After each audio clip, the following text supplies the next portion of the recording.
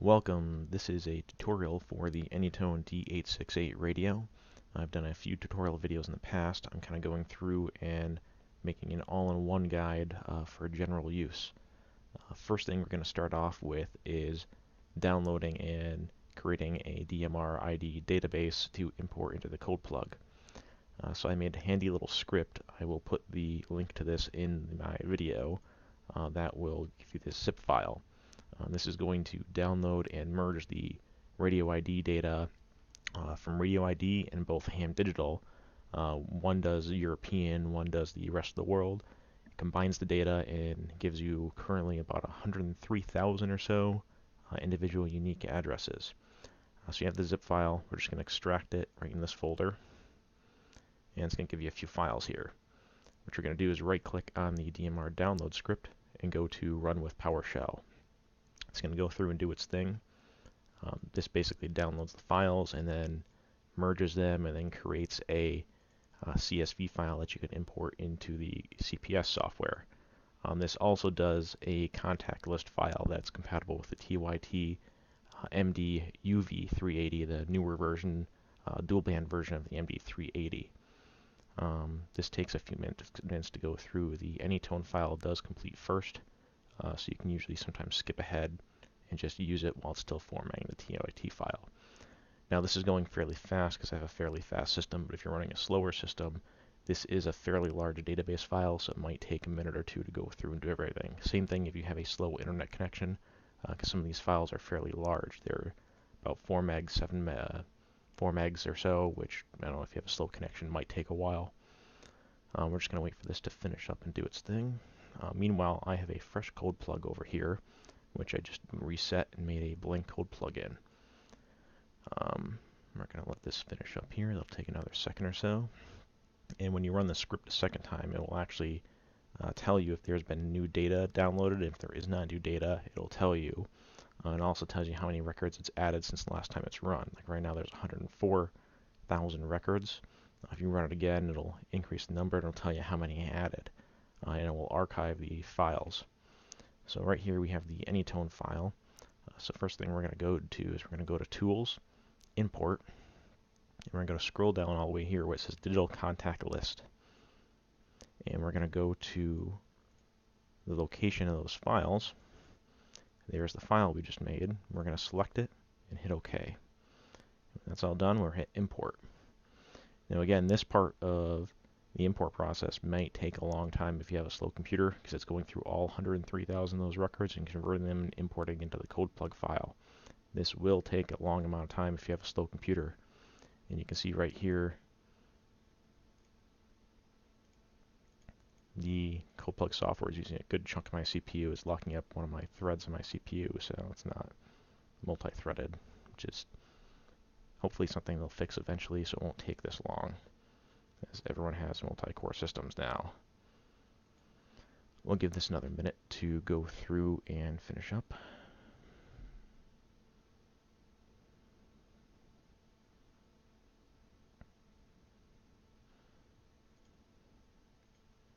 Alright, and we're back. The imported completed.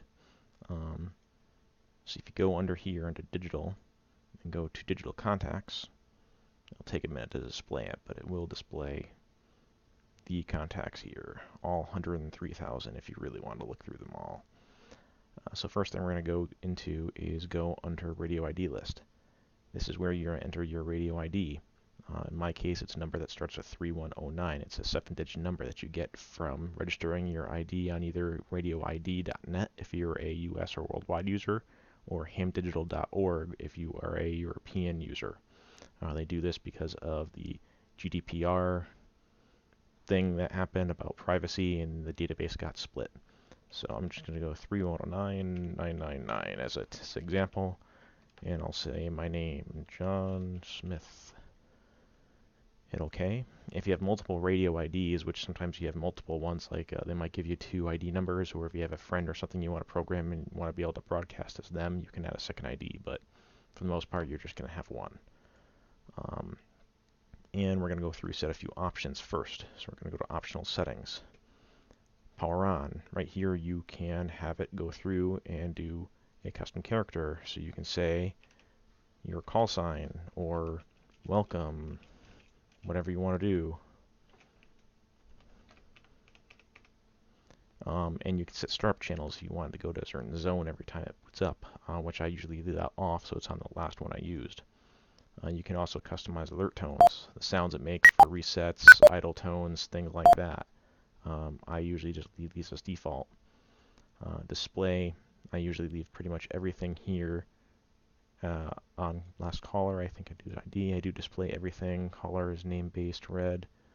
Call end box, I turn that off. And let's see, GPS ranging, you turn this on. This is a feature they have. About under GPS, you usually want to change it to your correct time zone. So if you do enable the GPS function, it will set your date and time to the correct time zone. Right now we're in GMT -4. And usually here we want to change it to feet since we're in the US. And you can also do other things. If you're doing VFO mode, you can go through and set your ranges that it'll defaultly go into. For auto repeater, this we want to leave it as default. If you turn that on, you're in VFO mode, you can have it go through and automatically do a 5 megahertz offset for UHF and 600 kilohertz for VHF if you want. I turn that off. I can turn it on the radio if I need to.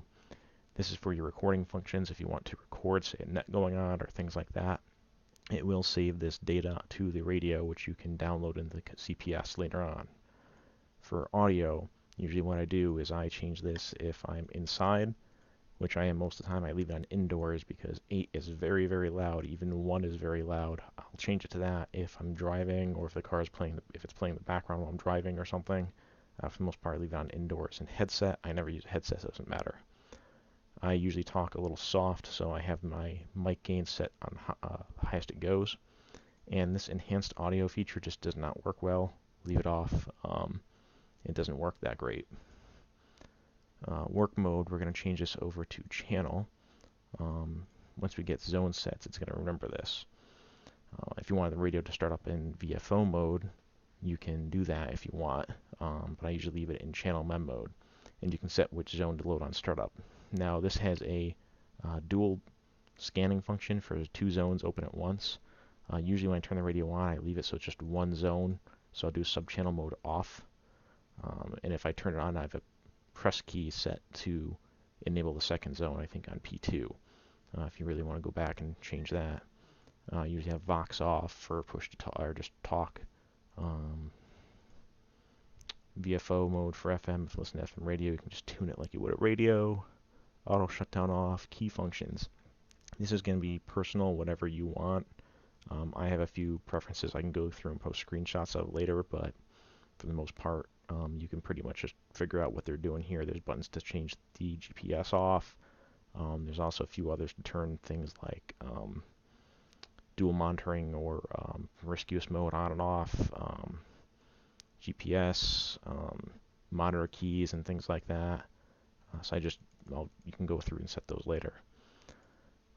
Other functions, nothing here you want to really change. You can change like your timeout is 2 minutes, which is usually the default for most DMR networks. That's about it. And digital functions has a few different things in it. Group call hold time, and personal call hold time. I usually set these down to nothing, because if you get a group call from something, if you press the push to talk key within that amount of time, if you get a private call, it will reply to that private caller. If you get a group call, it will reply to that group call. So I usually just leave that off. Digital monitoring, you definitely want to have this turned on. It's a lot easier than programming receive lists if you were on a repeater, so you will always hear and see what's going on in the current repeater that you're using. Depending on what you're doing, you can set it either single slot or dual slot. If you are talking, you want to know if the current slot on the repeater you're using is being used, you leave it on single slot. If you're just simply monitoring a repeater, you want to know what activity is going on, leave it on double slot. I'll usually leave it on double slot and go through and change it to single slot if there's an active TOF group on one of the slots and I'm listening to the other one.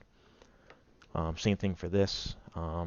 This monitors and looks for any color code, so if you have a frequency like in VFO mode set, you're going through the radio, this will listen on any color code to see what's going on.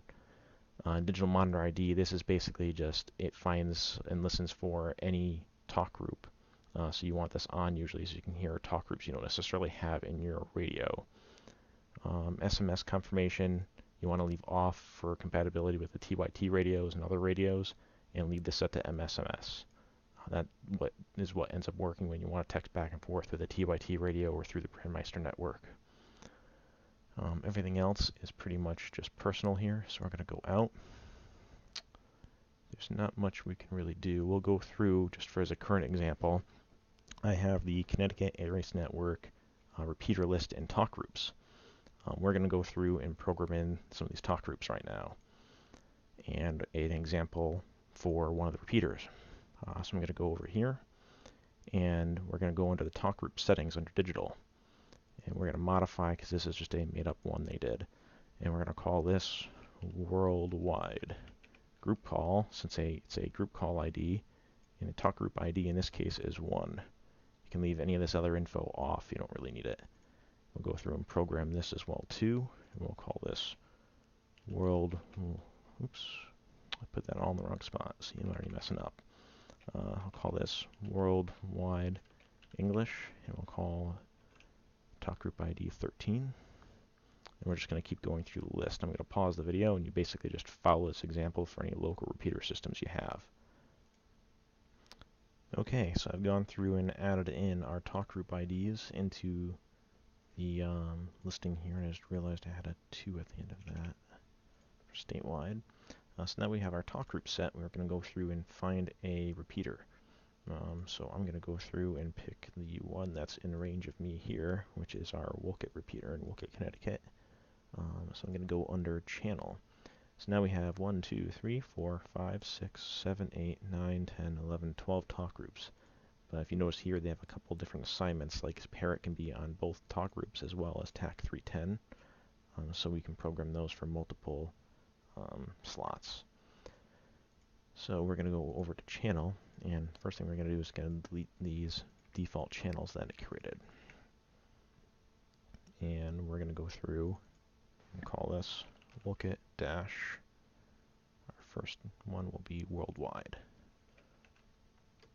So we're going to program the repeater's frequencies. Receive frequency is going to be 440, 8125 with a positive offset. So we're going to do 445, 8125. And our mode's going to be digital for this. And transmit power, if it's close to you, you might be able to use a lower transmit power. You can also set a push key to change the transmit level. For the most part, I leave most of my repeaters on high, and I'll adjust it to turbo if I need to.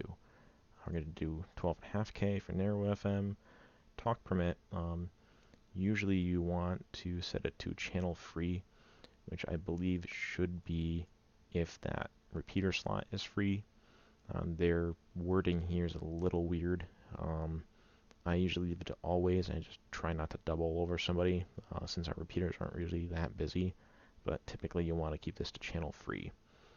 You don't need to do channel scan list. These APRS reports do not function as of firmware 2.31. Not really sure what they're doing here, but we're going to leave that alone.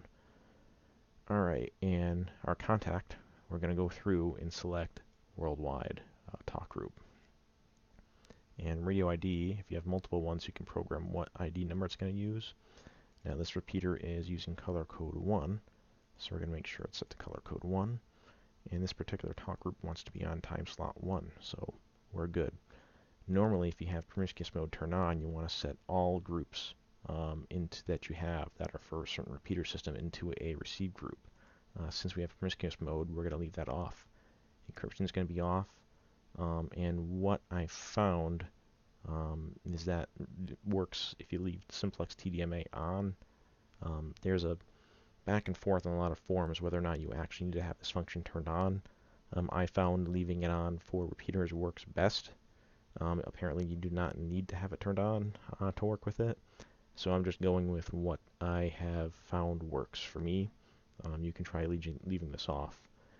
This will need to be enabled if you're using that GPS ranging feature, which is not what you want to do on a repeater. That's only to be enabled on a simplex channel. So we have our first channel here. what I'm going to go through is I'm going to copy this channel over to a few slots, just right-clicking, going and copy and paste. We're going to go through and do the other talk groups. So, Worldwide English, North America, Northeast, and TAC 10. So we're going to have 1, 2, 3, 4, 5 other channels. 1, 2, 3, 4. We're going to have one more, 5.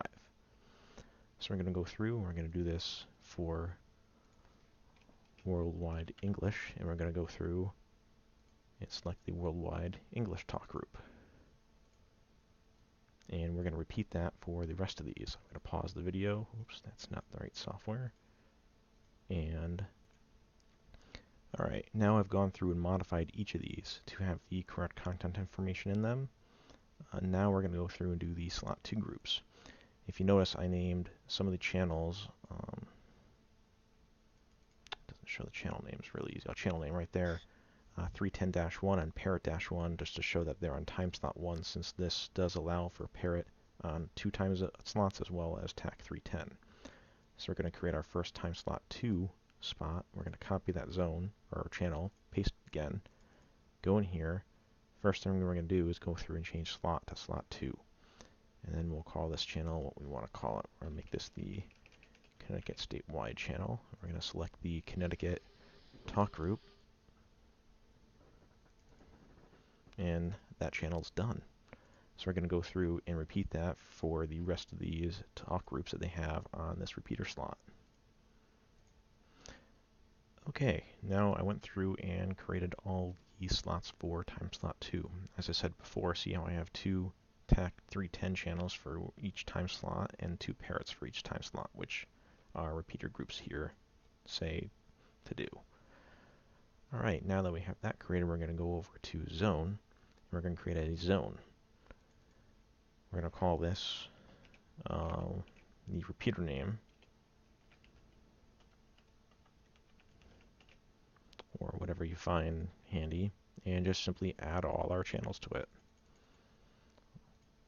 And here you can select what channel you'd like to be defaultly selected for the time slot. I'm going to select the Connecticut statewide one, and I'm going to go back. North America is pretty active, so I'll set that for subchannel. And that is how to create a zone for a DMR repeater and channels.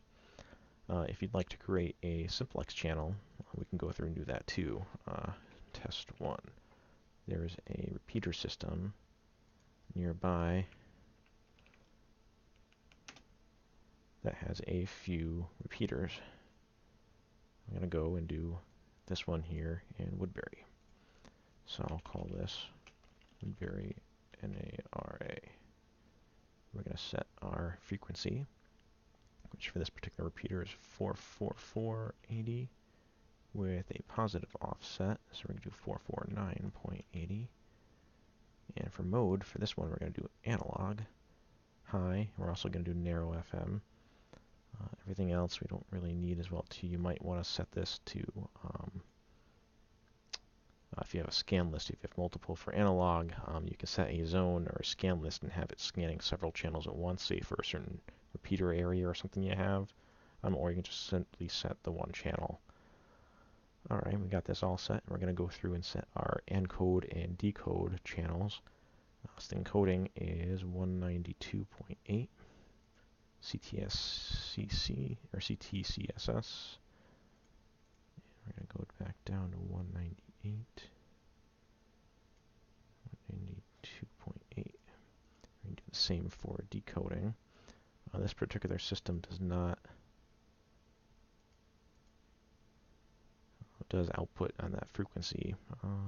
If you turn CTCSS off, it will still, for a decode, it will still receive the audio, but say if you go through and do a reverse function, if you want to talk to somebody nearby that might be out of range, you can do that too. And I'm going to leave my squelch mode to carrier instead of CTSCC. This is mainly just here for the reverse function.